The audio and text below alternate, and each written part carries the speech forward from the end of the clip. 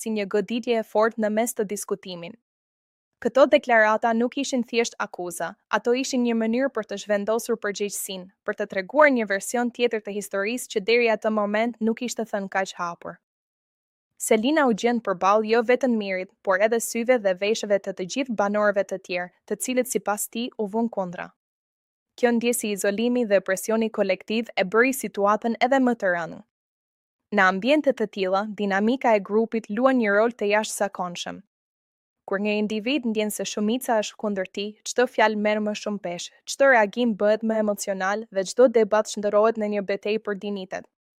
Miri e përdori këtë element në argumentin e tij, duke theksuar se nuk ishte vetëm ai që kishte një mendim të caktuar, por se i gjithë grupi kishte krijuar një perceptim të ngjashëm. Por çfarë fshihet pas kësaj përplasjeje? Në thelb, duket se kemi të bëjmë me një përzierje ndjenjash të paqartësuara, pritshmërisht të ndryshme dhe mungesë komunikimi të